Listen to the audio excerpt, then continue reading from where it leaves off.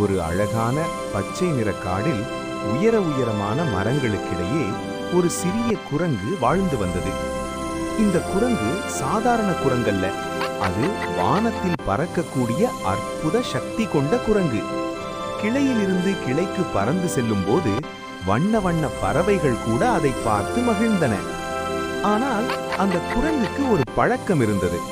அது அடிக்கடி உண்மையில்லாத விஷயங்களை சொல்வது வழக்கம்.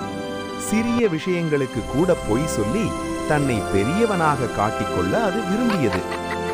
ஒரு நாள் அந்த குரங்கு காடின் ஆழமான பகுதியில் பறந்து சென்றபோது ஒரு பழைய மரத்தின் அடியில் மின்னும் ஒரு கண்ணாடியை பார்த்தது. அது சாதாரண கண்ணாடி அல்ல, அது ஒரு மந்திர கண்ணாடி. அந்த கண்ணாடி முன் நிற்பவர்களின் உண்மை உருவத்தை மட்டுமே காட்டும் சக்தி கொண்டது. குரங்கு அந்த கண்ணாடி முன் பறந்து வந்து நின்றது.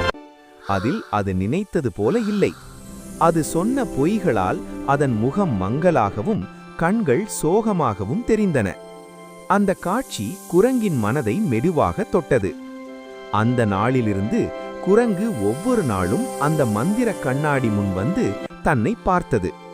அது உண்மையாக நடந்து கொண்ட நாட்களில் கண்ணாடியில் அதன் முகம் மேலும் மேலும் பிரகாசமாக தெரிந்தது. அதன் கண்களில் மகிழ்ச்சி மின்னியது. அதன் பறப்பும் இன்னும் அழகாக, இன்னும் இலகுவாக மாறியது. மெதுவாக அந்த குரங்கு ஒரு முக்கியமான உண்மையை உணர்ந்தது. பொய் சொன்னால் மனம் கனமாகும், உண்மை பேசினால் மனம் இலகுவாகும். அன்று முதல் அந்த பறக்கும் குரங்கு உண்மையையே தனது நண்பனாக மாற்றிக்கொண்டது.